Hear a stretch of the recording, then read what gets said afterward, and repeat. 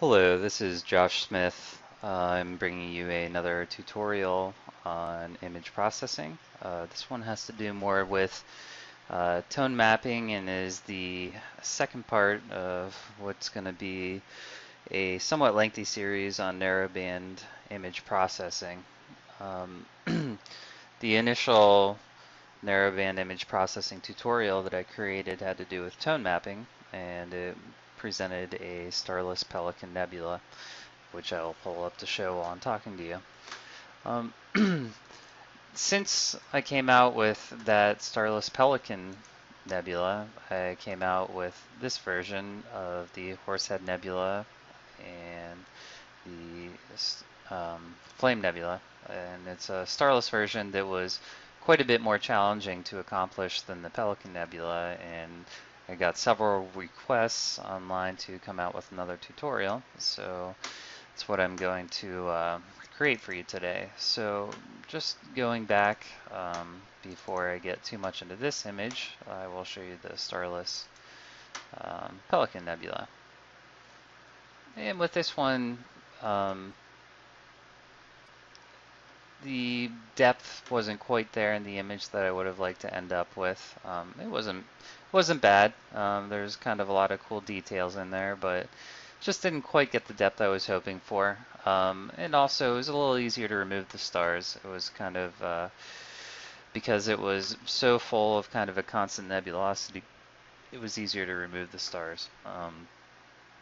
And there's some fine detail in this image, but nothing like seen in this image, which is the Starless Horsehead and Flame Nebula. If I zoom out and show you the full image, you can see that this was kind of a tighter cropped region of the overall image. I thought it was kind of more interesting artistic representation of the image to crop it where I did. So I just took kind of the bottom half of this picture to show, all the details down in the dust next to the horse head, to highlight some of the dust in the horse head itself, as well as the flame nebula, and just kind of just start seeing the interesting stuff coming up out of the bottom of the image. Also, cool to note on both of these images are these dusty lanes and the texture in these dusty lanes coming out from behind the horsehead region, as well as just kind of the overall impression of this gaseous area being lit up and emitting all of this hydrogen alpha. Um, it almost gives it a really cool 3D effect where it's like there's a pocket between this layer and the layer behind it, and you can just see the bright area. You can see the kind of tips of all these bumps of gas letting off a lot of light. Just really a very interesting region and a lot going on in there. So before I get into actually kind of stepping through this image and showing you how I created it, I wanted to address a couple things with tone mapping and explain why I'm making another tutorial and why I think it was requested, and some of the things that we've been discussing throughout the forums, and I think some common misconceptions, my ideas on when you should tone map and um, when you don't need to tone map as much. So again, my thinking on tone mapping is that tone mapping is processing an astro image by removing the stars and stretching the data more than you would be comfortable stretching the data normally, so that you can bring out a lot of the fainter dust and not have to worry about stars overtaking the image, big halos overtaking the image, and uh, really let you focus on kind of the dusty details. So usually, I think the best time to do tone mapping is when you're planning on combining several channels. Um, and it would be narrowband channels usually, which would be hydrogen alpha and oxygen and S2. And because you're combining those channels and creating color out of those channels, it does not have to be a super sharp, defined image. coming from each of those channels. It can have a little bit of blurriness because what you're trying to get out of those is the color. You kind of create a luminance layer by combining the best of each of those channels to get really the sharp details, but you don't need to use this really stretched data, super stretched data to get the details from the luminance layer. So the way I would look at it is usually I would do tone mapping if I'm going to combine the channels, and I would not do tone mapping quite as much if my plan was to just share a final standalone image. And as I showed with the initial full-size Horsehead and Flame Nebula, I think that this one is very, very pretty on its own, and was minimally tone mapped. Really, I was just keeping the stars under control throughout the processing of this, and I did not completely or even close to completely remove them. I just kept them under control.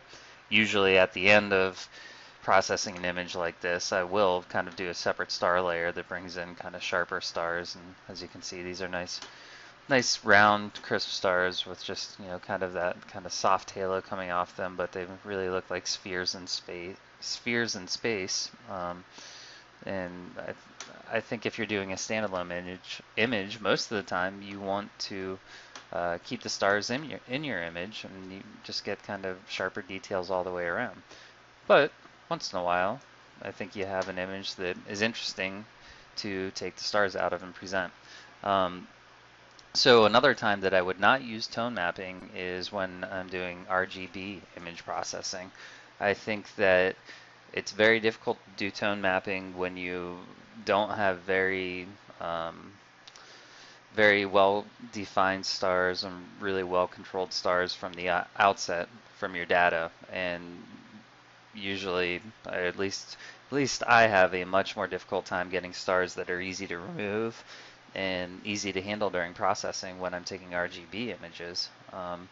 So I've tried it a couple times. I've tried to help other people with tone mapping with their RGB images, and I've never had very good luck with it. Never anything that I was happier with by doing tone mapping processing rather than just more of a standard RGB processing.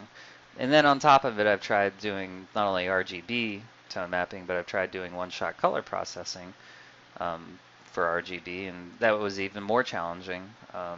Unless you have impeccable optics, then your stars aren't really perfectly in focus and the same size in each channel, and it makes it even more difficult. So I'm not saying it can't be done. I'm not saying that you can't make an amazing image that way, but I can't. And to me, it doesn't make as much sense to do tone mapping on RGB or one-shot color, or as I said, even for a standalone image if you're just using one channel, which typically would be hydrogen alpha since so many of the targets are so rich in hydrogen alpha. So as I said, we can go over another tutorial another time, kind of just a standalone narrowband channel image and how I would process that and bring the stars back in at the end. But for this one, we'll focus on actually processing without the stars. And that is a much more challenging, much more iterative and tedious process. And I wouldn't do it for very many targets. I think it's interesting on this one. Obviously, I did it on the Pelican. I have a couple other in mind that I would like to do it with over the next year or so, but I would not do this with every image. I think this one just happens to have some really interesting dusty features that kind of stand out well on their own. So that kind of covers my initial thoughts on when you should be tone mapping and what you can get out of it, and uh, why I would do full tone mapping for a final presentation for a standalone channel. So with all that being said, let's get into processing an image that hopefully will come out turning pretty much like this image did.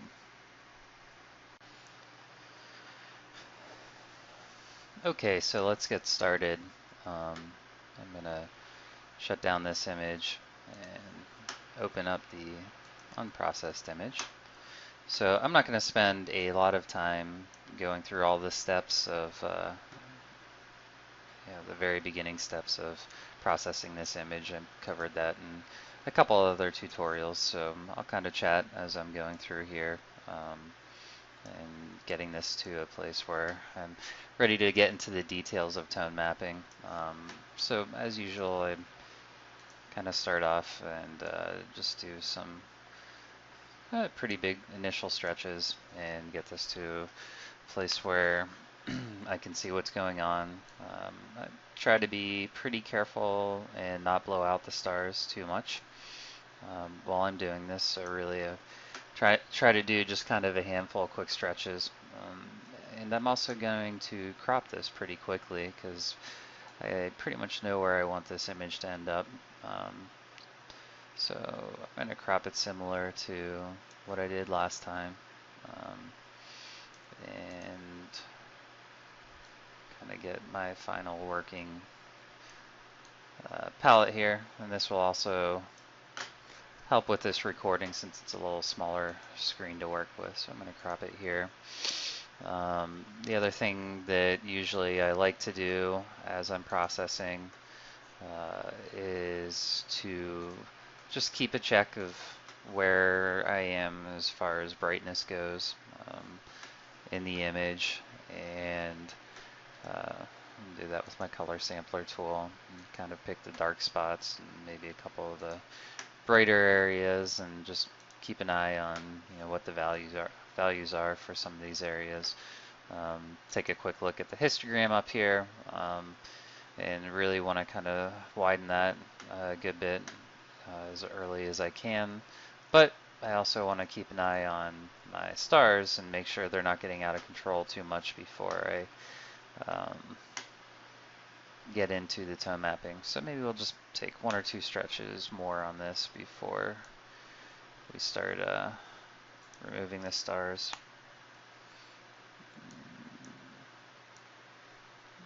And this seems like a pretty good spot.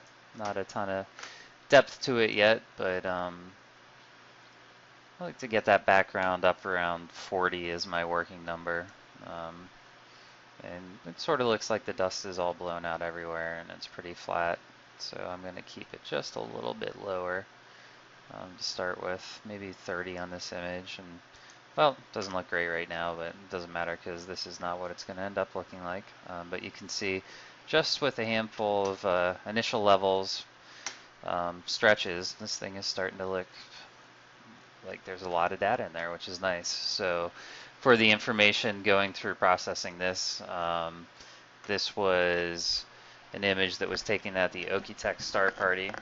It was 10 half-hour images taken with my Stellar View 105mm triplet, QSI 683 with the off-axis guider built in.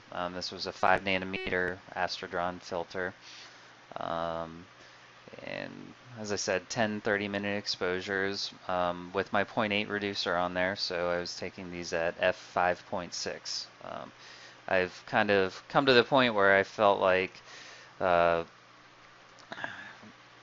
really you want to take practically as long a exposure as you can get away with the narrowband, because even at half an hour, f5.6, I'm not bringing the sky background up above the noise floor. More recent target I'm working on, I was taking hour-long exposures and still not getting there. I think that some of the calculators were showing I need an hour and 15 minutes. Some of them were showing almost 90 minutes to really get the signal and sky background where I want it. And I think that it's really important to get the depth to the images you want to really take longer exposures, and then stack just as many. So more exposures and more time on each of the exposures is the answer, I guess, in my mind, to better pictures. So we'll get back into kind of working on this. And one of the real benefits of tone mapping, as I mentioned with narrowband data, is these stars are all pretty sharp. There's really not a lot of large halos around them, and that's it's kind of the way it works is that tone mapping is easier when your data is better. And if you have big halos forming around your stars, then you're going to have a hard time getting rid of them. A lot of the moves, at least that I make to get rid of the stars in tone mapping, comes from the dust and scratches filters, and I also use the despeckles, and I shrink stars a little bit, and that kind of stuff all works when you have more defined stars, and when you kind of get big soft or opaque halos, then they're just a lot harder to get rid of. So uh, really, when we're talking a lot of times in the forums about how to do this best, it starts with getting really great data, being selective. I wasn't as selective as I'd like to do, or as I'd like to be with this image, because I can't take this image from my house, and uh, the only place I can take it is, if I go to a dark site, or like I said, I took this one at Okie Tech Star Party, and so I just kept all of the subs that I had, since I only had 10 of them that really seemed usable. But don't be afraid to throw them out. If your stars are stretched, if you had kind of a bad sub, don't be afraid to throw them out, and just use only good data. It doesn't take very many poor subs in there really to start hurting your processing and making it much more challenging. So anyways, as usual, this is kind of the initial stretching, the initial cropping, level setting, getting my background to a point where I'm pretty comfortable. This is a little lower than I usually like to work, but we're going to go with it.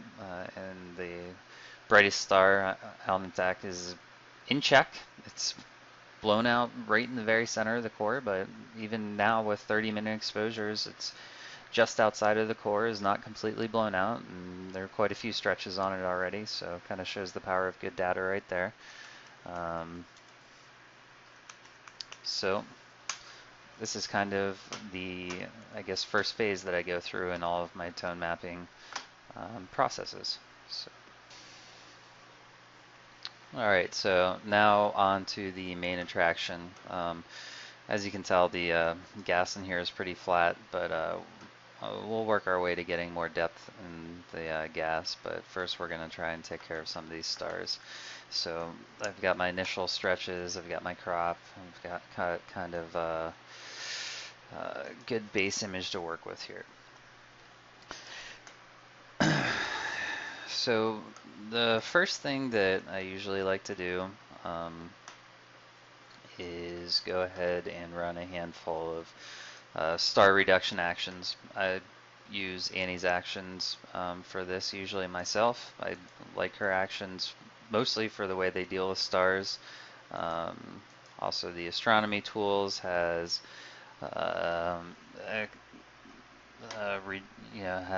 reduce halos for small and large blue stars. It has another make stars smaller action.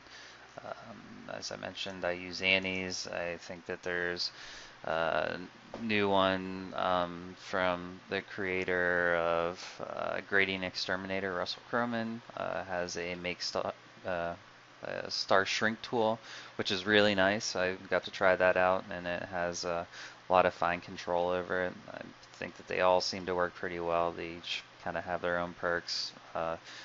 Particularly for tone mapping, I like to use Annie's master actions, and play around with more as they come out and see if one takes that place. But for now, this is the one I really enjoy. So first thing I'm going to do is I run 1 or 2 passes on the reduced star bloating. Usually open it up a good bit, or increase the fuzziness a good bit. I'll select one of these brighter stars, or middle bright stars, kind of as a good middle point, and pull the slider up till the nebulosity just starts showing up, especially the Horsehead, and this one, the Flame, is really bright, so that'll show up earlier. That's okay, we're going to deal with that, and I'll show you how we'll deal with that. So okay, so as we take that action, let's run that twice. Usually I like to run that one twice. And it should save a similar selection. You can run that fuzziness up a little bit higher on the next one. And you can see if I go here into my layers that it really instantly does a pretty good job. And again, I think that comes from the data being pretty nice, sharp, crisp data. And you really do care also about retaining the details in your nebula. And so if you look at the horse here, it doesn't change too much with this make stars smaller. You care about the details here, and since we're doing this early and the dust doesn't have a lot of really bright regions, it doesn't affect it too much. You know, really want to zoom in here and look at the highlights of this dust, and maybe in this area, it's probably hard to see, but there's just a very slight impact on it, but really it's pretty minimal, which is what you're shooting for. And even if it does start affecting it, we can kind of take care of that too. But so after the reduced star bloating, it's just what I like to use. You could start with just reduced star size. I like to run, I don't know, I might run 3 or 4 of these in a row. I did try it with that new star shrink action and worked similarly well with a couple other fine-tuned controls. It seems pretty much like this is a good run at it.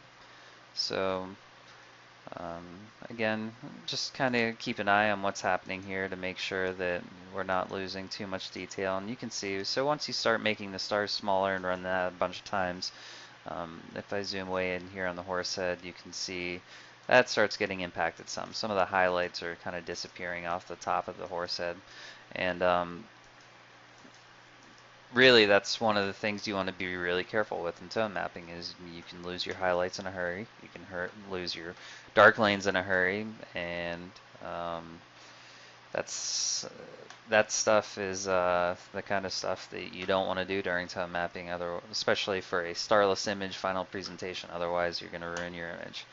So as we zoom out, you can see these stars go from being pretty bright and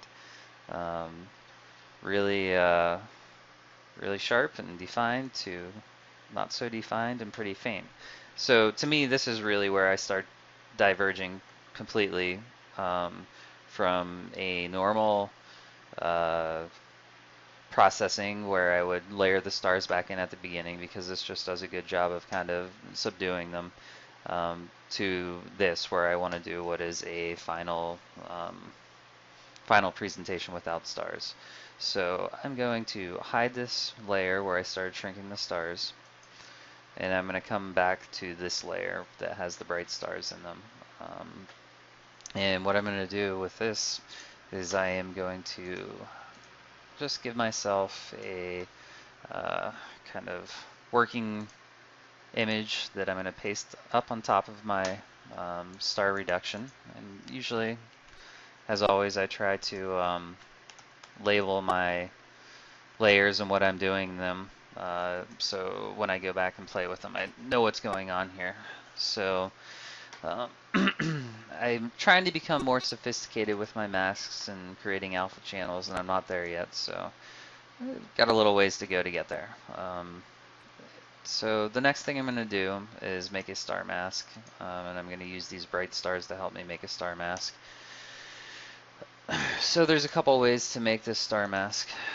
This time, you can kind of click on these stars. I guess maybe I would click on the fainter stars. You can click on the background and then do the inverse. And so on this one, clicking on the background seemed to give me something that was pretty good. I'm pretty happy with this. This seems to be selecting a lot of these. A good bit of these fainter stars, maybe not the very faintest ones in here, but it selects a good bit of these. So I'm going to select the inverse of all of this. And sometimes you might have to do a couple different selections to get everything that you're shooting for. As you can see, this did a good job of grabbing all these stars, but it also grabbed obviously a large portion of the nebula here, which I don't want it to do. So I am going to deselect those areas.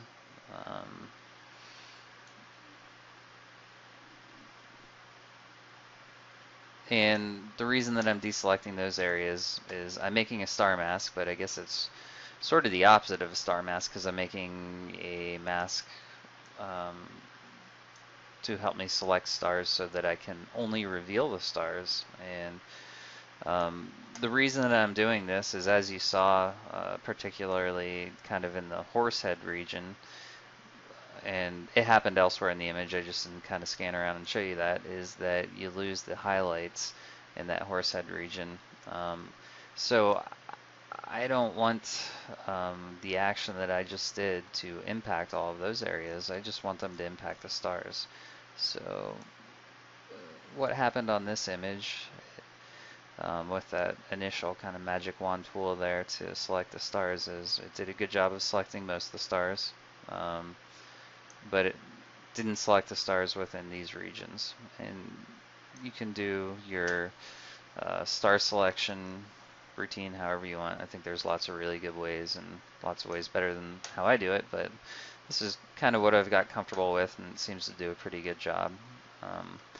So I am going to take my star selection here, and I'm going to expand it. And really, you can expand this a good bit.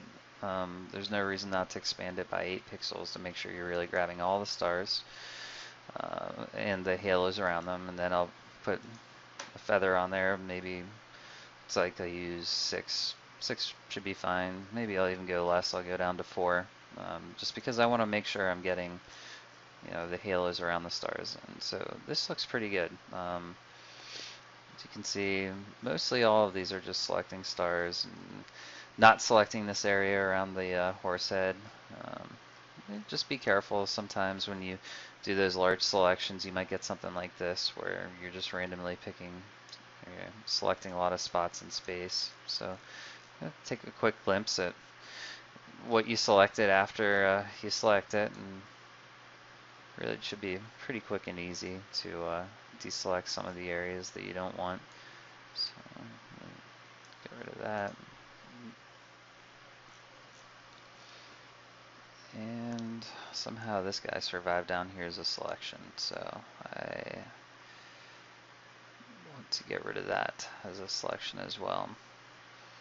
And looks like there's maybe 1 or 2 other extraneous selections. That's pretty good. That selects a lot of the stars, at least a lot of the brighter stars that are remaining. Didn't select these fainter ones, but we'll take care of those in just a minute as well. So this is my first selection. I am going to save this selection, and we'll call this a star selection. And just to remind myself, I'll say outside strong nebula. So that'll remind me that I had to deselect some of the nebula here. So okay, that's saved. So now I'm going to go in here, and I'm also going to try and select some of these stars down in here. And that did a great job. That really picked up a lot of the other stars I wanted to see. I'm going to go in here and inverse that. And you can see a lot of these stars that were missing got picked up. I can be somewhat cavalier about removing this big area because I know that I got most of those stars before up in the kind of upper right hand side of the image. So just deselect that big region there. We'll deselect this big region here. Yep, so it did pretty well. So same thing as before. I'm going to expand this selection by 8 pixels, and I'm going to put another soft feather on this. 4 pixels. I'm going to save this selection, and I'm going to call this inside nebula star selection. Okay, great. I think I might have done that a little too quick. I didn't look at a lot of this stuff very carefully, but it seems like most of that stuff is okay. These seem to be mostly stars selected here. Yep, all the way around it looks pretty good. Okay, so now what I'm going to do is I'm going to hide this layer. I'm going to go back to my star reduction layer. I'm going to load a selection. I'm going to basically pick these two selections. So first I'm going to pick the inside nebula star selection, okay. And then I'm going to load selection, and this time I want to add to selection that I currently have with a star selection outside strong nebula, and hit OK. And as you can see, it looks like pretty much all the stars that are braided all were picked in the image. And what I want to do is make a layer mask, and that layer mask is going to reveal the selection. So if I come over here and show you the layer mask, this did a pretty nice job of just picking the stars. Wasn't perfect. This looks like there's a little region here that I would have rather have not been picked, but it looks pretty good in general. Kind of some soft selections here, but I'm going to help that along a little more by coming in here and doing a fairly generous Gaussian blur on the image. And I might go up to, I don't know, 2.5 pixels on this Gaussian blur. Say okay, okay.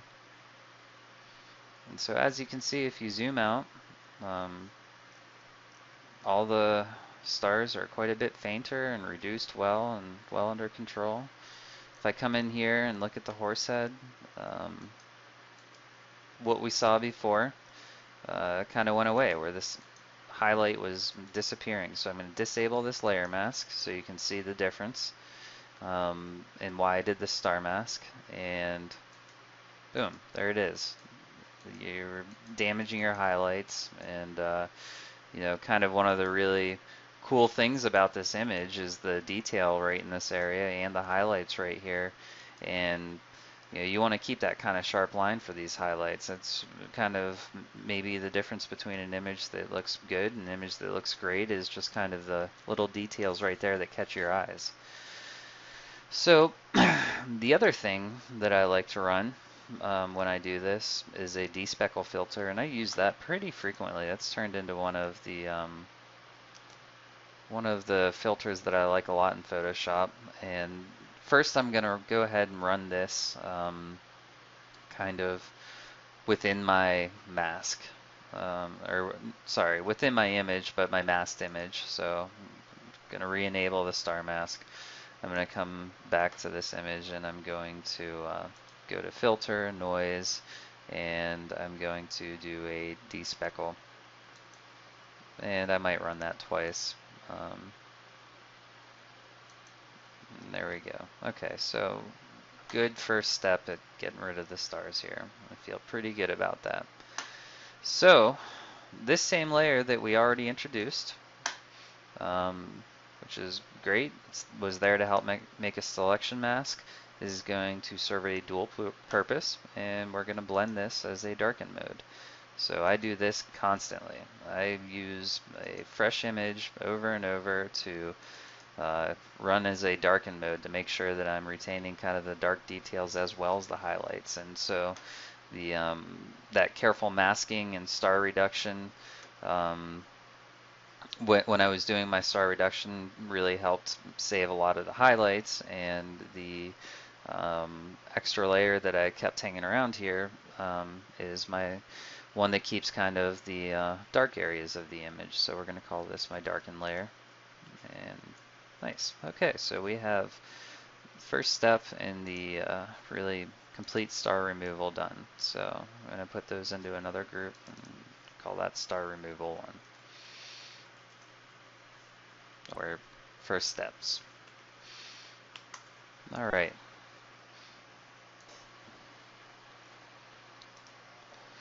Okay, on to the fun part. Let's make some stars disappear. So I'm going to make a new layer here and paste this on.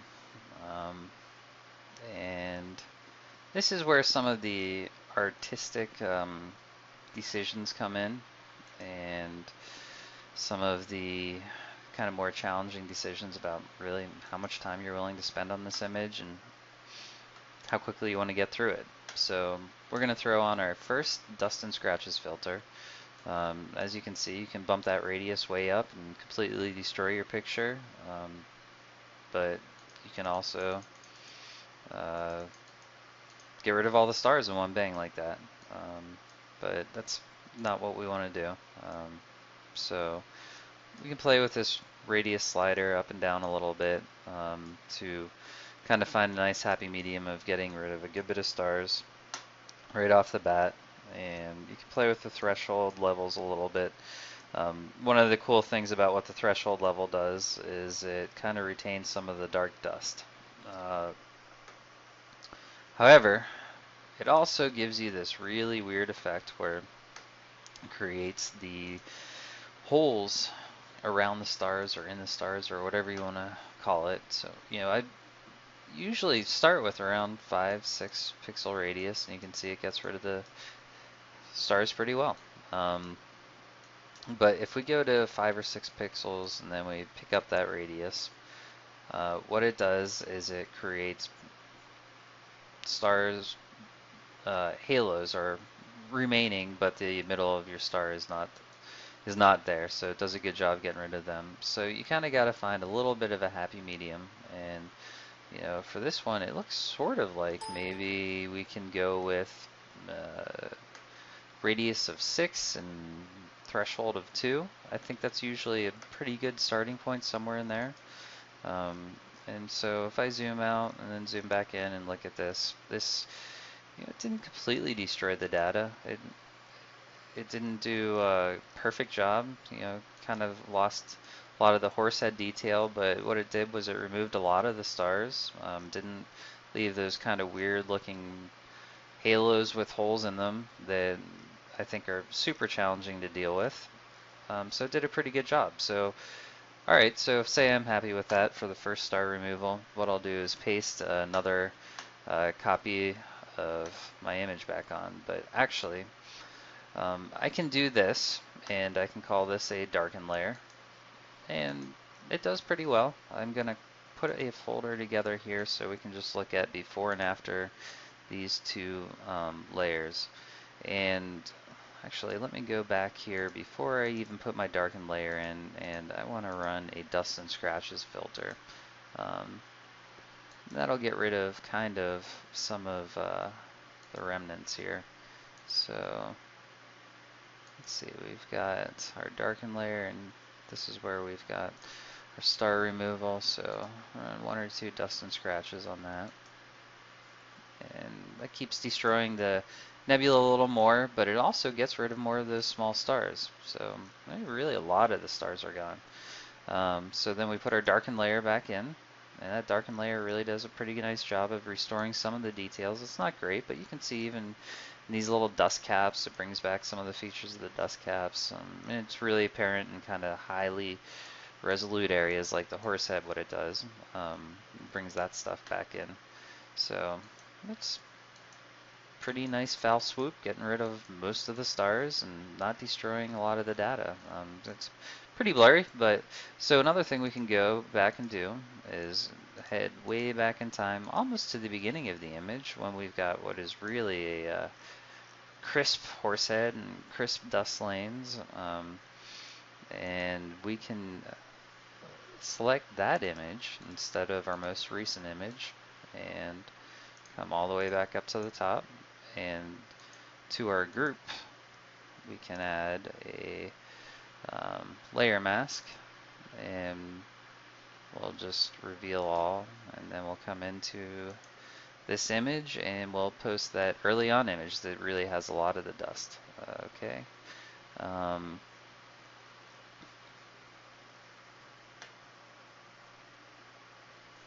Sorry about that. Wrong step there. We don't want to put that into a layer mask. We want to put that over top of the group and use that as a darken layer as well. So That should help out even a little more. It's not super significant, but it's still a little bit more of a help. Um, so here we are. Pretty good shape. A lot of dust remaining. Kind of a good bit of detail remaining. And this is where that artistic selection comes in. You know, I could have started off with a little softer filter and ran several iterations, but you know, I kind of understand what I'm presenting here. I'm trying to bring out as much detail as I can. The other thing that we can do, if there's really particular regions of interest that we want to highlight, is we can, after we run that darkened layer, we can put in another layer, and if there's kind of little starless regions in here, we can basically bring those in as our kind of highlighted regions. And so to do that, we'd make a layer mask, and I would make a layer mask that actually hides all, and then I would come into kind of this horsehead region. I might pick this out and give that like I don't know, a 15 pixel feather and say okay, and I might go ahead and reveal that. So let's reveal that area. Make sure you have your mask selected, and boom, there you go. Kind of a really nice job of bringing that detail back in there. So this is where I get into sort of talking about the tediousness. And so on this mask, you actually literally have to paint in a little bit. And again, it kind of has to do with the details you care about. But I want to take out these stars that are kind of surrounding the horse head, because I introduced a couple of new stars in here. And there they go. And they're all gone. And we're back to where we were, with pretty much all the detail from the initial horse head. So if I go ahead and group, you know, if I were to group all of this stuff together, what you can see is this horse head looks pretty much the same as this horse head back at the beginning where I did no star removal. And so this is like kind of a special case region, maybe you'd say, where there's finer details really to reveal here than there are pretty much anywhere else in the image. Maybe one other area I'd kind of look at in here is this dusty region with all these little, you know, dust caps on them. So I might come in here and throw a feather on that and give a 15 pixel feather there and go ahead and fill that in with white on the mask as well. And there we go. So now we got some detail back in this dust. And it's just a little bit, it's not enough. So, you know, when you look at that, this is a way just sort of to see, well, do we agree? Is that worth, you know, coming in here and creating this layer, or creating this revealed layer to bring detail back in? Are you getting enough detail back in to make it worthwhile? To be honest, I'd say no. Going back and looking at this, there might be just a few regions kind of in the dust caps that I want. So maybe I'll undo that, and maybe I'll just, you know, this is where the manhandling comes in. Maybe I'll paint in on some of these caps what I want to reveal, which is some of these highlights. And I'm gonna be careful not to hit too many stars. If I hit a star, then maybe I'll come back and use a little smaller paintbrush to remove those.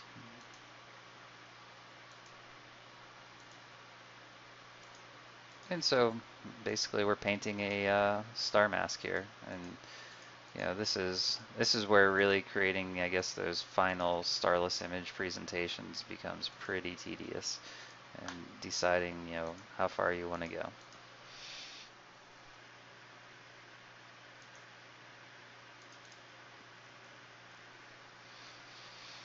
So we're well on our way now.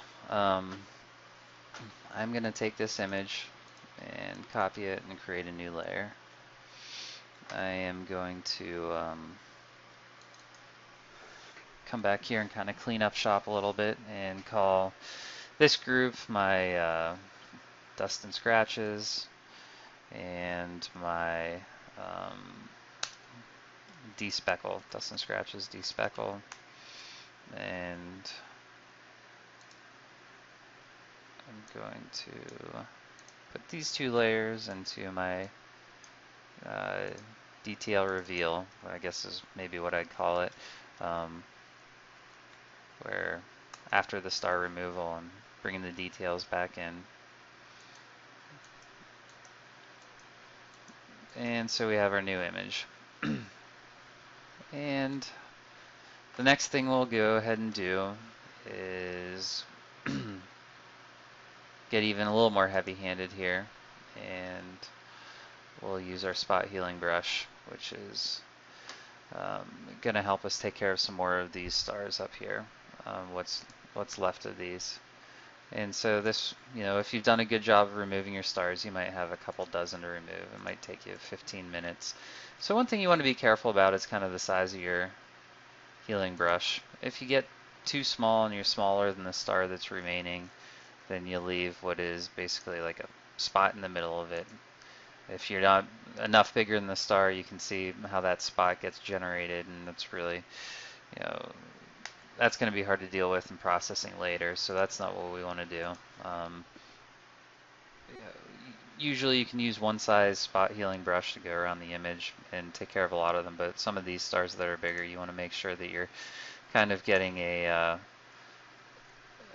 fair size radius around those stars. Sometimes first click on them is going to kind of leave a little dark spot, so double click on it and it kind of will fill in the dust just like the surrounding area. I don't double click on all of them, but sometimes you can see that you need to. So this is where step in and go around the image, and if I was really taking my time, the way I would do it is I would come here and kind of go to the medium-sized screen, and I would zoom in on a region so it's easy to scroll around. I'd start all the way at the top left, and I'd just work my way down through the image and kind of through the frame, kind of tediously, like a search party almost, just going through and making sure I'm covering a grid pattern, that I'm not missing any stars, and I can probably get most of this done in time that I don't even need to pause the video. Like I said, if you do a pretty good job early on removing the stars, then it makes this part a lot easier and a lot more rewarding to see the results afterwards. So yeah, we're already halfway done with getting rid of these.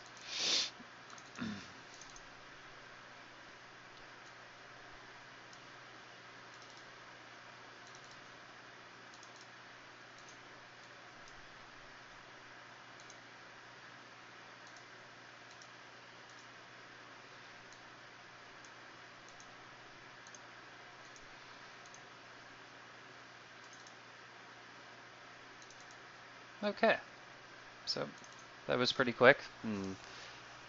Right now you've got a starless image. The image is not where it wants to be done. There's a lot of work left to do. We're about an hour in, and we have a starless image, but it needs to be processed now.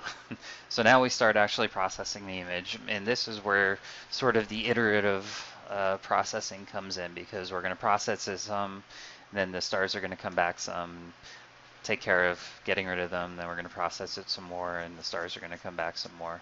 So next step we'll do is, let's title this and call this star cleanup, and let's start processing the image a little bit more. Okay, on to the processing. So as usual, I like to try and do a pretty good job of keeping tidy with my images and where I'm at with everything. So I feel like I always want to have everything in a folder, even if it's on its own folder. I guess the one last thing we could do, and I think that it never hurts to continually add darken images. So we'll throw one more of those on here before we move on. Let's come all the way back up to our last step and throw them one more darken layer.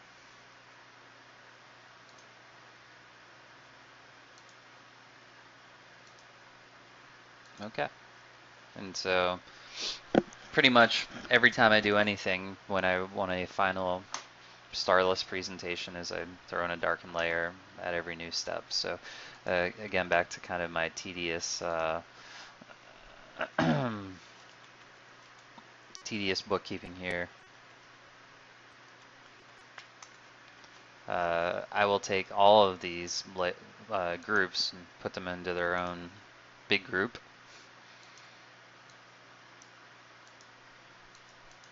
And I'm going to call this pre-processing, because this is before I really start processing the image in my mind. Hopefully, if you've done a good job to this point, the image should be pretty easy to process from here on out. So let's make a new layer, and we should be able to step through a lot of this stuff pretty quickly. And the first thing I want to do now that I've got a new layer is I'm going to do a couple stretches. And as I said, with this data being pretty good, shouldn't have to be a ton of stretching. So let's go ahead and do a curves layer. And let's bring this over here. And first thing I want to do before bringing up the soft stuff is I want to get a little bit of separation from my highlights. So I'm going to pick kind of a medium darkish region and a highlighted region here. And I want to bring up my highlights just a little bit to kind of emphasize them. And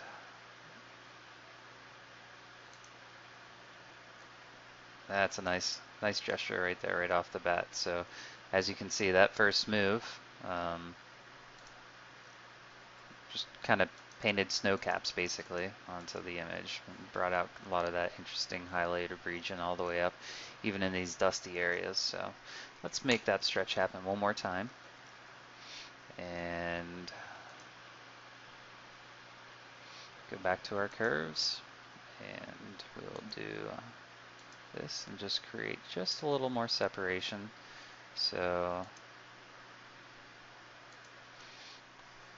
I like to kind of root the base of this for these moves, and even more of those highlights got emphasized just a little bit more. It's really pretty what it did.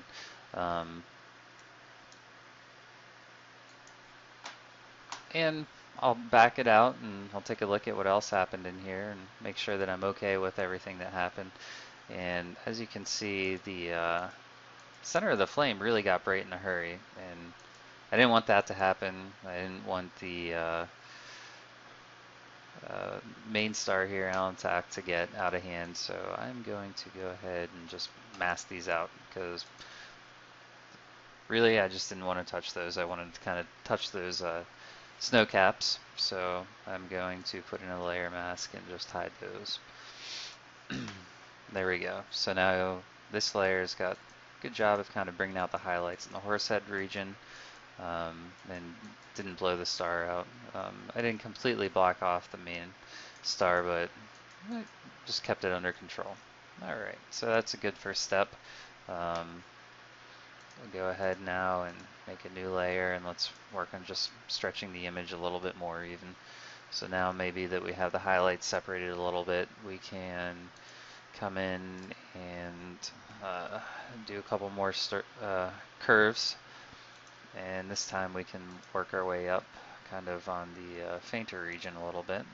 Again, this time I'm not going to root the darker region because I'd like to get a little separation from the midtones in the darker region. And I'd also like to bump up the highlights. So just a series of these curves is really the best way to go now. And so we'll continue to kind of go to the dark region and then off to a like to pick something as close as we can to the dark region so that we're actually creating more and more separation and more depth in the image. That's a nice step there, and starting to look pretty good. So getting a lot of detail there. It's starting to look nice. Let's do one more stretch here, and let's come in and pay careful attention to this region in here where we don't have a lot of good separation, and let's create just a little more separation. And there we go. That was the step that that really brings out a lot of what we want to see. That is a pretty dramatic improvement and one extra curve there. So take this off. And let's blink back and forth between this layer and not this layer, and it's really impressive what you can do with one layer there when those stars are gone, and see the difference. And zoom in here and look at all the details and depths that was generated pretty instantly there. The horse head looks nice and defined now. A lot of details around that. Look at the dust behind the horse head. Even the flame is looking good now, and some of the structure up above the horse head is starting to be generated. So the one area that you got to be careful as you're processing, and then we said this would happen, is the stars would start coming back. And well, we want this image to hold up pretty well when we zoom way in and out. So we want to make sure that we're not going to be bringing these stars back in. So fortunately, what we get to do is come back in, make a new layer, and we'll run a despeckle. So when you just see these little kind of pinpoints starting to come out, you can run that despeckle, and it'll have a much less drastic impact on the overall image than a dust and scratches filter will. So we'll run that despeckle a handful of times, and you can see those guys are just kind of going away nicely without really losing much detail in this image. Look at these nice dust lanes coming up and out of the region here, and still have a lot of this detail and definition. Lost a little bit here in the horse head, but the stars are back to pretty much being gone. And really only in this very bright region did we get, much in the way of, I guess, more damage. So we come in here with a smaller and smaller clone stamp, and that's kind of the hope, if you're doing this right, is that you have less and less work to do as you go throughout the image. And uh, by the time you get to your last little dust and scratches or despeckle, you should basically have almost nothing to do. Or you might be using, the smallest radius little thing there is, and that's just really dependent on how much you want to hit the details. So, as always, let's take kind of our most recent and greatest kind of detailed image, which is right before hitting that despeckle and dust and scratches, and right after this curve, and let's copy copy where we were there. Let's come back up and slap a layer of that on top, and let's do another darken layer. So if we keep that in darken mode, I can just show you the difference here. So I'll deselect it, and you see throwing those couple despeckles kind of softened up the horse head here. So you got some nice detail, but you see a little bit of kind of aberrations in here that you don't want. So you run the despeckle filter, and those aberrations go away, but you lose detail in the horse head. But then you hit that darken filter, and there it comes right back. The only thing is kind of a little bit of noise in there. So, we'll hit that with a noise filter later. But realistically, this is kind of in a pretty nice place to start, hitting it with some of kind of maybe more of our finishing touches. So you could stretch this a little more. Maybe we'll do one more stretch layer here and try and just bring out just a little bit more definition in these little dust caps, because I think those really are pretty and make a lot of what makes this image so nice. So we'll just hit a couple more curves on these. And again, when I'm trying to do these curves, try and pick two regions that are pretty close to each other, so that we get more separation between the dark and the light areas. And it's a nice dramatic impact again, and I like the way that works so much that we'll run one more of those. Come in here and pick out two regions that look really close to each other. it's working its way up and up the histogram there. And the only thing I don't love about this is it's getting just a little bit dark kind of around the bottom.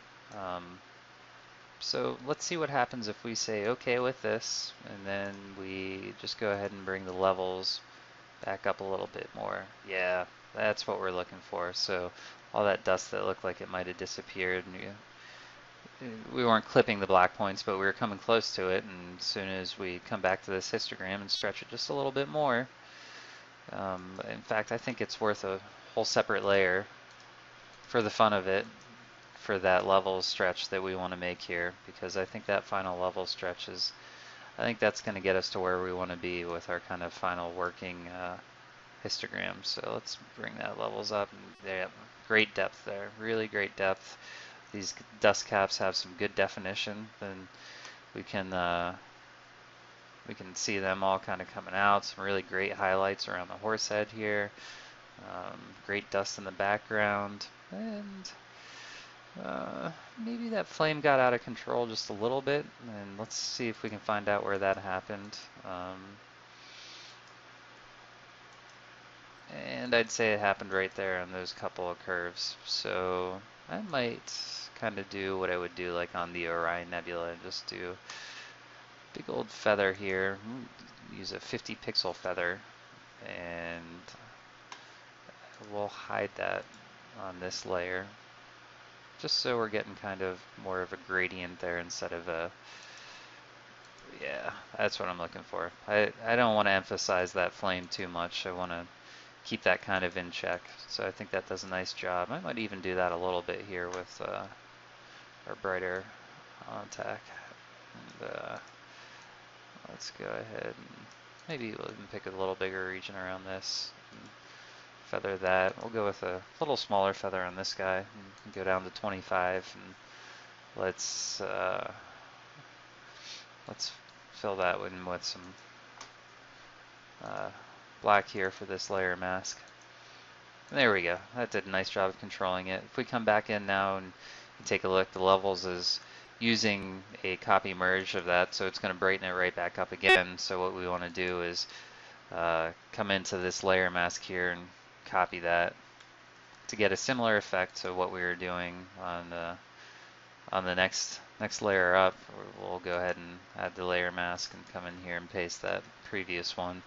And I want a little less effect, so I'll come in here on this levels inside this layers mask and shrink it just a little bit, so that we're getting a little bit. There we go. That's kind of the effect I wanted. Yeah. Yep. Very nice. All right. So this is feeling good. This is feeling like we can do maybe a couple of high pass filters and little dust enhancements, and this image is pretty much there. And as you can see, stars really seem to be doing a good job of not reappearing. I might come in, hit a couple of these little, you can see a couple tiny blemishes here, but the image seems to be in pretty good shape. All right, so let's move on to a couple high pass filters.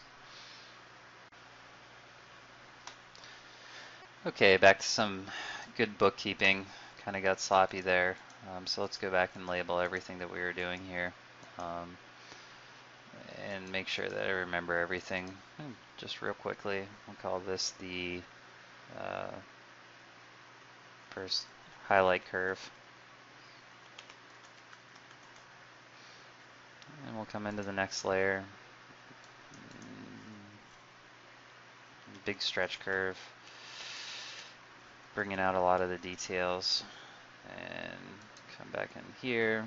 And this layer was getting rid of the stars again. Again, an iterative process. Star removal. And we'll come into the next one, which was our darken layer. Again, bringing back that darken layer on a regular basis as an iterative process. And once we start hitting a lot of these curves, that's when we have to be careful with those darken layers, and we can't be hitting those quite as much. So more curves, and levels. Okay, and we'll go ahead and add all of these guys to another group. And we'll call this group Levels and Curves Processing. Okay, so this image is in kind of a nice, pretty looking place. And now is where I like to hit my high pass filters. And the way I've been doing high pass filters in the recent past is a series of 6 of them. And this will probably bring stars back out, so don't be surprised if we have to revisit them one more time. But so I like to hit these on 3 different scales. I also like to at each of those 3 different scales, I like to separate them into their own layers, groups of 2, or sorry, into their own groups, so that I have groups of 2. And the first group is our high pass, large scale, and then we do a high pass, medium scale, and then we do a high pass, small scale. So I'm going to hide all of these to start with, all the way down to our first additional layer, and we'll go over to a high pass filter. And this is where we're going to try and hit some of our biggest details. And this usually to me is about a 50 pixel filter. Somewhere in there, you kind of want to show like the bigger details and some of the more dramatic stuff. So let's do 2 of these in a row. Okay, and so the first one of those, let's label our high pass overlay. Some people, again, like to use a screen here. Some people like to use an overlay. I usually always have better luck with an overlay, and then we'll do a high pass soft light. So we want to change the blending mode on the first one to a high pass overlay and then a high pass soft light. And what I'm going to do is put those 2 into a folder. And first thing I'm going to do is decrease the opacity around to 50% on each of these and kind of take a look at where it's at. And it should have a pretty good impact, and I like to do these pretty subtly. So if we turn the overall group on and off, it really has a pretty nice dramatic effect, and kind of brings out a lot of the, as we said, large scale structure. So again, I let those 2 individual filters live at 50%, and then I kind of let the group filter live at the 50 to 60% mark, and even that does a lot. It's really, you're getting only eventually what is 25% on both of those, but kind of good job of highlighting stuff. So let's move up to the next layer, and we're going to run that at we're going to run 2 high pass filters on both of those, and usually I drop all the way down to around 15 for those. I think that hits some of the medium scale. And this all is kind of image dependent and your image scale dependent, but for me 15 seems like a good place usually where I go from my large scale structures to my medium scale structures. So we'll call this high pass overlay again, and then we'll call this high pass soft light, and then we'll put both of these into our medium scale group, show our group, and let's make sure that we're actually changing them to those as well. So overlay, and then this one's a soft light, and then I do the same thing there too, and run these opacities down to around 50%, and keeping an eye, of course, on what you're doing while you're doing it. That looks good. One thing you got to be a little careful with is your brightness can get out of hand when you're doing this. Some of your bright areas in the image can get out of hand. So additionally, we're going to bring that group down to around 50-60%. And again, should be fairly dramatic increase or fairly dramatic impact on the image. And this one is meant to be medium scale, so zoom in a little bit and looks pretty dramatic again, and that's what you want. Zoom out, and your high pass filter should be pretty dramatic. It is, so it's doing what it's supposed to. And finally, let's come up and let's create our small scale high pass filters, and usually I'll run these between 2 and 3 pixels, somewhere down and around there. It kind of really depends on the image again, and what kind of details you have, but you just kind of want some of the smallest details to kind of show up and be highlighting those. And here it looks like we're getting those right around, maybe a little higher in this one, just above 3.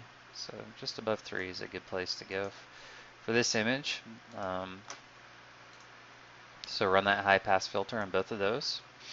Okay, and let's make sure we label them again. High pass overlay. Let's change it to an overlay, and then a high pass soft light. And let's change that to a high pass soft light. And as usual, drop these opacities down, keeping an eye on what they're actually doing.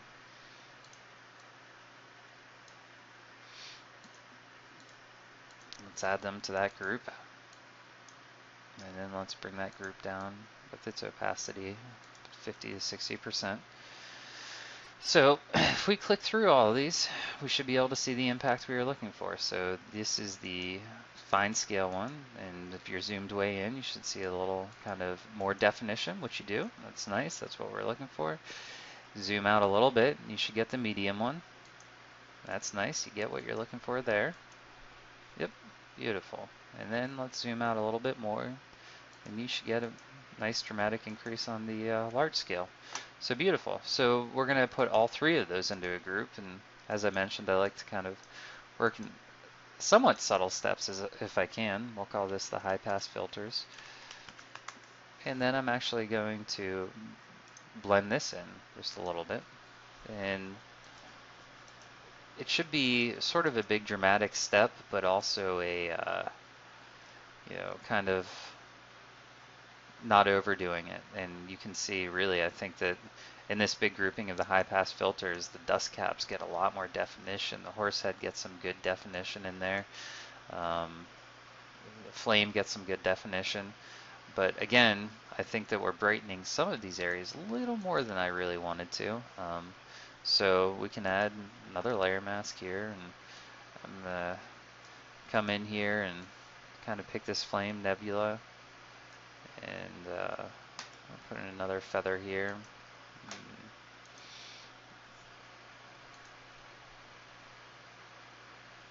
Let's fill that in on the layer mask. Yep, kind of softens up that really bright blowout again.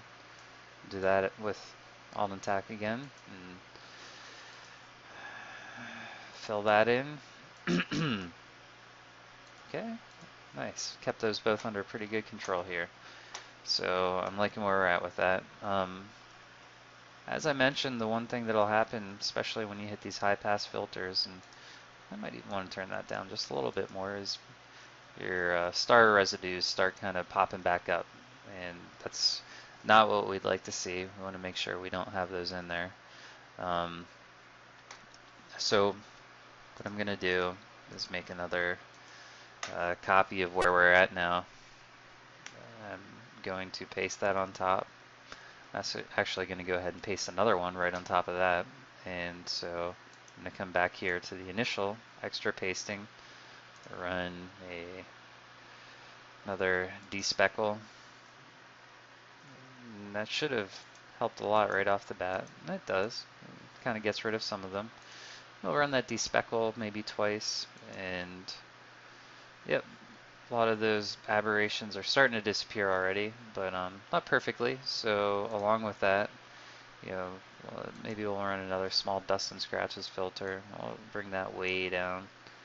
Really don't want to get rid of pretty much any of the detail with running that. Let's preview it on and off, and it's just barely touching it, but it's also getting rid of those stars some. And then we'll come back in here and run our darken filter, or darken layer opacity again. It's doing a pretty good job.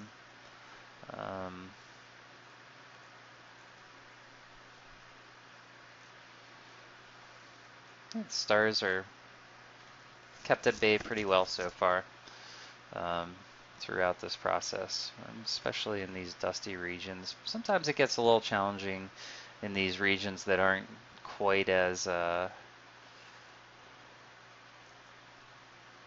filled with nebulosity and detail. And even down in here, kind of, you can see that it's showing up again a little bit. So sometimes what happens when you run this darken layer, if you if you take off this darken layer, you can see that, well, the stars did a pretty good job of disappearing that were kind of down here in this area.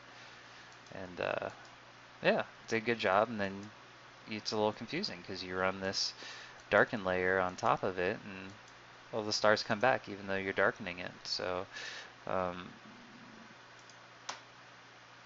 there are a couple things that can happen there. And one is you could keep it in normal mode, like I just did, but sometimes you just have to play with the levels a little bit once it's on top of there. And I mean, with your darken layer, you might want to bring down the levels just a little bit to bring in more details. You might want to bring them up just a little bit to avoid bringing those stars back in. But I think this one did a pretty good job. Pretty happy with where we're at with this one. And I might actually run one more layer, and this, I guess, is sort of maybe a little bit of a nifty trick over here, is to run one more layer up here, where we're going to reveal this big giant area up to the top right. And I mentioned earlier that I had to work on this a little bit separately. I'm going to put a giant feather on this area, and I'm going to make a layer mask up here where that's what I'm revealing. And I'm actually going to put a little bit of a blur on that area. I hate to get rid of too much of that dust, but you know, sometimes in those areas it just gets just a little bit tough really to deal with those stars. And this will wipe them out completely, those star remnants. And at the same time, we're not really touching a lot of the image. So you can see if we're zoomed out, you know, there's kind of a lot of noise, and it's also a darker area, so there's a lot more noise and there's a lot more star remnants in here.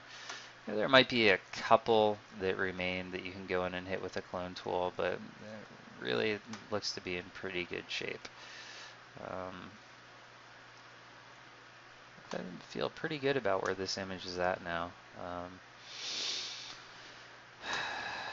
Yeah, this is pretty close to where I think we want it. I might come in here and throw one more layer on top and do a little more cleanup with our clone tool. And again, like I said, the further you get into this image, the less cleaning up you should really have to do.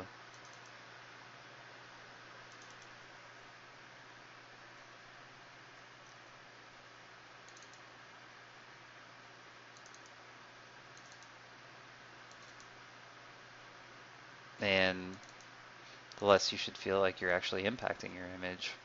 You're getting less and less heavy-handed.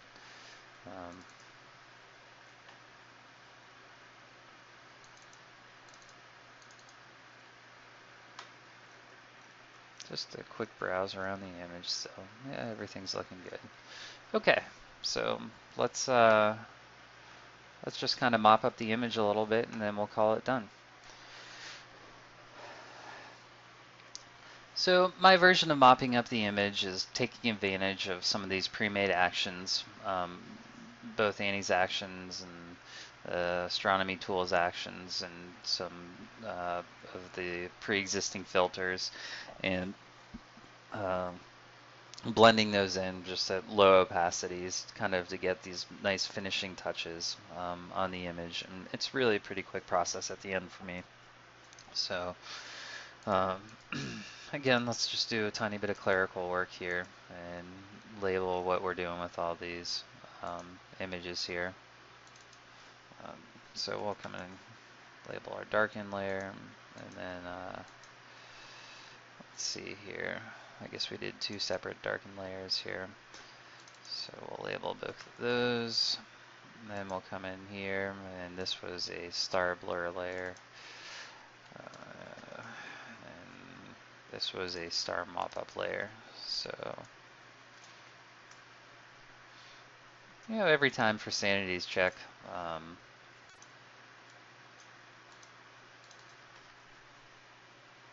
star control. So, as I said, it is iterative, and you know, just looking back, you see, well, we had a whole nother group that was all about star control. And what I like to do once I'm done with that group, just kind of to retrospect on it, is to just kind of blink it on and off and see, well, did we actually make the image any better with the most recent things we did?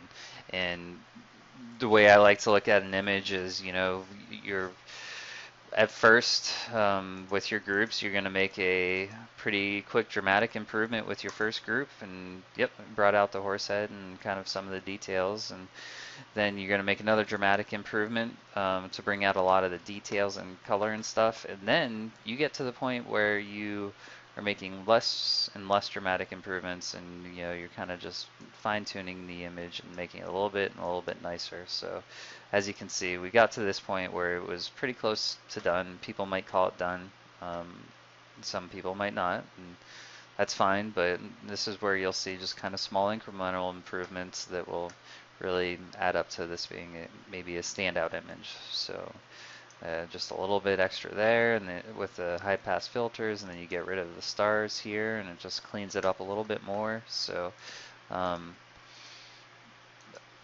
so when I come into what I call, I guess, my final home stretch, the first thing I like to do is go in, again, I use Annie's actions a lot, is I like to go in and do a enhanced dust lanes. That's one of my favorite actions there are in Photoshop, and I'll run that, and you'll see that it might go overboard, and the further you are into an image, the less super dramatic it will be.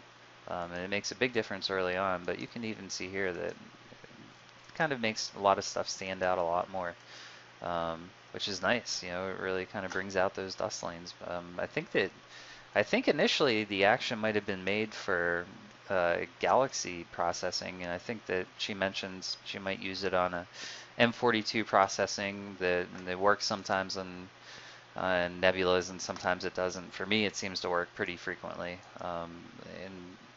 in low opacities. So I usually run that down kind of, again, I just want kind of an incremental improvement, and I think that's what we get here is just a little more definition in those dust caps. And so we'll go ahead and label this layer the enhanced dust lane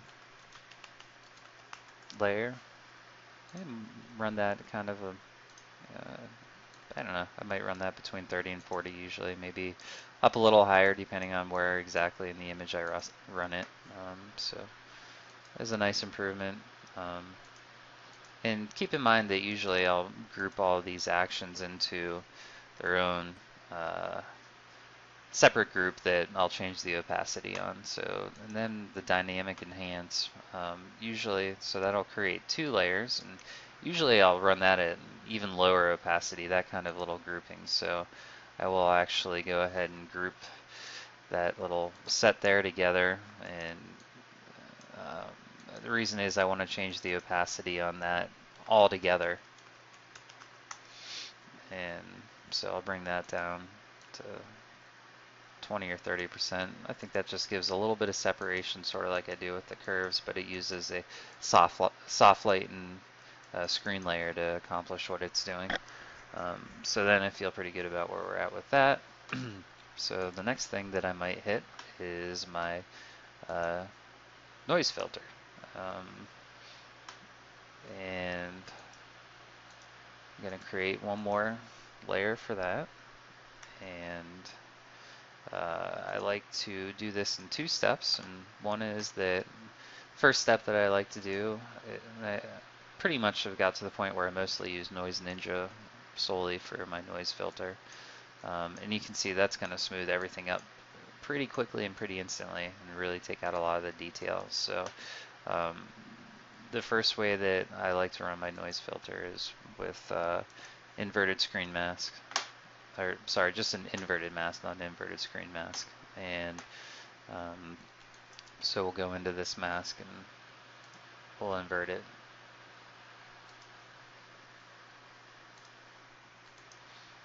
take a look at this. So what this is going to do is actually block out the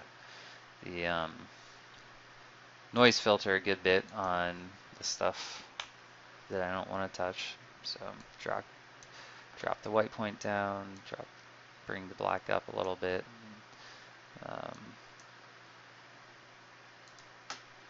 So that does a pretty good job. I didn't crush my details up here too much. I didn't crush my details in the Nebula here too much, and so it did a pretty good job.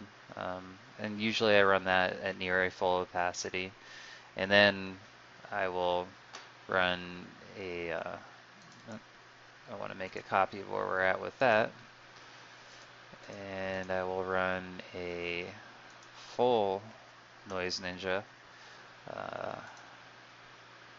filter, and I'll run that at a little bit of a smaller opacity. I'll run the filter at full blast, or kind of the normal settings, but I'll bring that opacity sort of way down, and puts me in a place that I'm pretty happy with it. I might even bring that down more. Usually I run that about like 20 or 30%. That just kind of gets rid of a little bit of that splotchy background.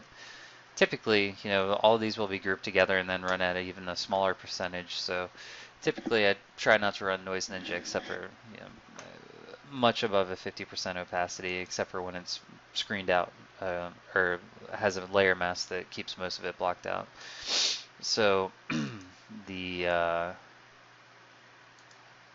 all of these guys get a quick label, and Ninja.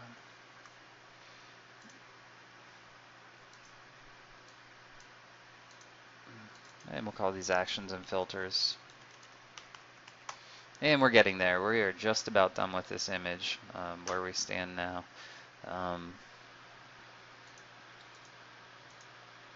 So after I run that Noise Ninja, I actually kind of maybe do this reverse of some people do.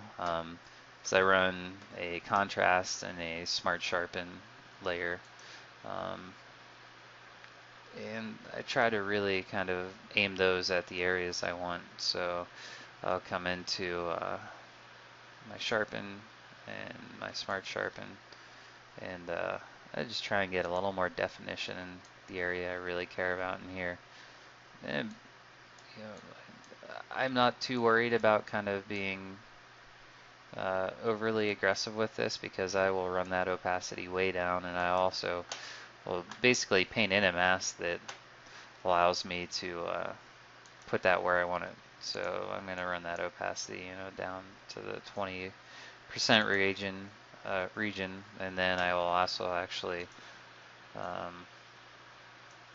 block out almost the entire image with my mask, because I don't really care about most of it getting any sharpening at all. And I will paint in on this mask just a little bit with this region with the white, just to get a little more definition in the horse head. Maybe these dust caps want just a little bit more definition to them. Yep, that looks good. A little more there. And maybe just bring out these guys just a little bit. So that looks pretty good, and maybe bump that opacity up just a little bit, because we're gonna group these together, and we're gonna group this and the high contrast one together, and then we're gonna run that at a lower opacity. So put that there, and then we'll run a little contrast on this. Usually maybe run that around like 25, 30, somewhere in there. And bump the opacity on this way down too as well, and maybe down to the 25, 30% range. And so we'll do this as smart sharpen. And we'll do this as a contrast. That one we might even bring down a little further. And then we'll group those together.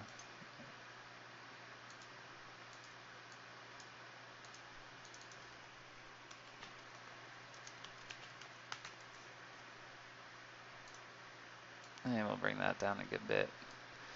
Not only do I bring that down, but typically I will actually put a layer mask on that.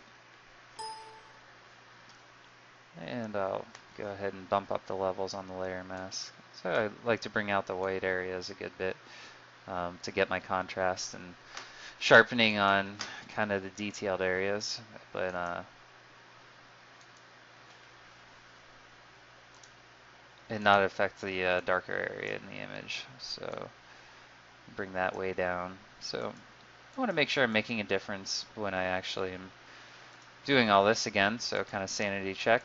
Just go back and look at what we're doing here, and it looks like every layer to me is still making a subtle difference, which is what we want. I'm just kind of making a couple finishing touches, and the last thing we'll do is go in and do one final star mop-up.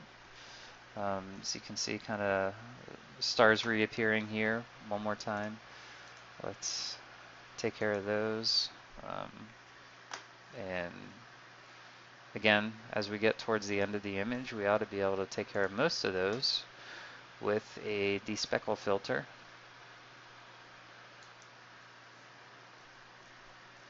I might run that just a couple times to try to do a better and better job getting rid of them.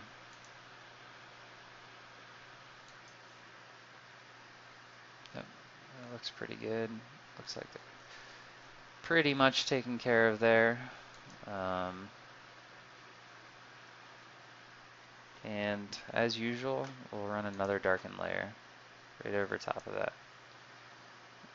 So we'll group those two guys together,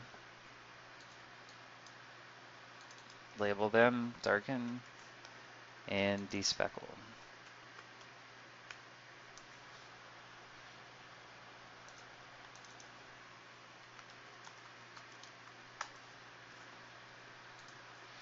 Zoom out, take a look at the image overall,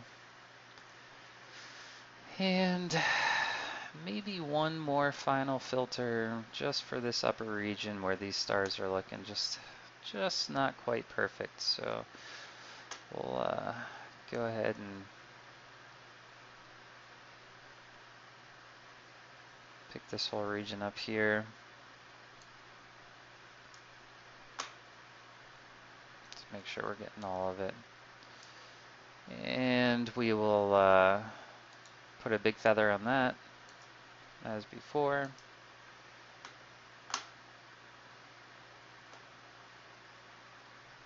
And let's just reveal that area, run just a very slight Gaussian blur in that area, just to get rid of, run that on the mask. I want to run that up here on that part. Just a slight Gaussian blur to get rid of kind of those remaining star remnants. And we'll bump that opacity down just a little bit, just for a subtle difference. And there you have it. I think that is I think that's going to do it for this. So I finally like to leave this in a good place and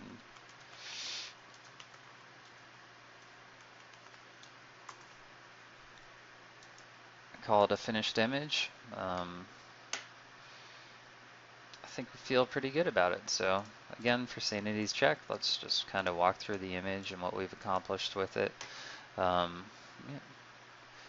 Got to the point where we cropped our image at a place where we liked it, and did a couple small initial level stretching. Then we got rid of the stars with despeckles and noise and with the noise dust and scratches filter. Had a pretty flat image there, just kind of monotone dust. Then we did some series of curves to bring out the midtones and highlights and kind of, you know, emphasize the cool regions. And then we used a series of 3 high pass filters to bring out a lot more of the detail without over sharpening it or anything like that. But generated some more star issues, so we went back in and took care of those star issues. Um, then some kind of really mild and subtle improvements overall to the image with a series of uh, pre-made actions and filters. Created our own contrast and smart sharpen section that just, again, even more subtle improvement.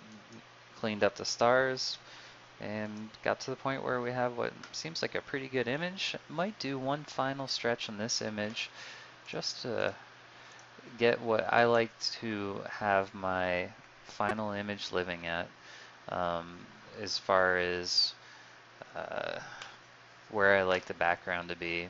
I like to take a look at the histogram and feel pretty comfortable about where the histogram is too, where it's pretty much made its way across the entire image. And I might just open that up just a tiny bit. Yep, feel pretty good about getting that where it is. And you know, every once in a while I might come in here at the very end. I might feel like this region is close to being a little blown out, and I might just kind of step this back just a little bit.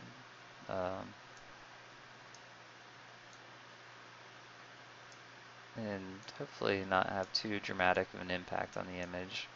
So let me go ahead and root this down where it is. And root this down where it is too.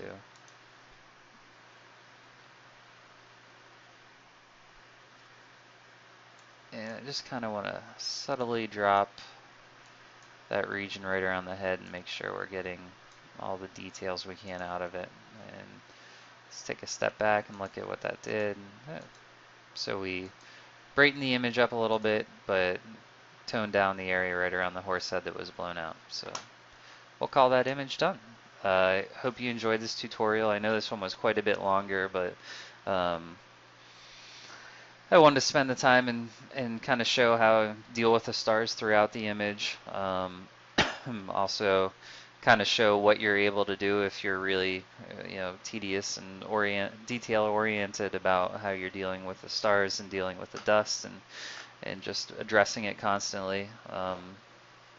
And I guess show how I was able to come out with that image. I think a lot of people might have preferred the image with stars in it, and I might have as well. It was kind of a broader view at the whole area and really interesting, but I also really like images that don't have stars in them and kind of show just the dust in some of these interesting areas. So thanks again for watching.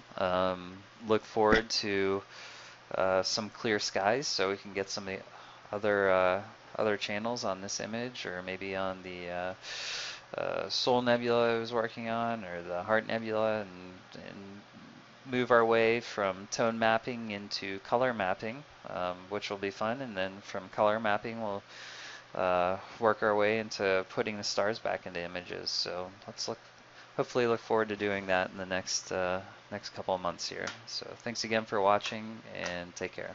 Bye.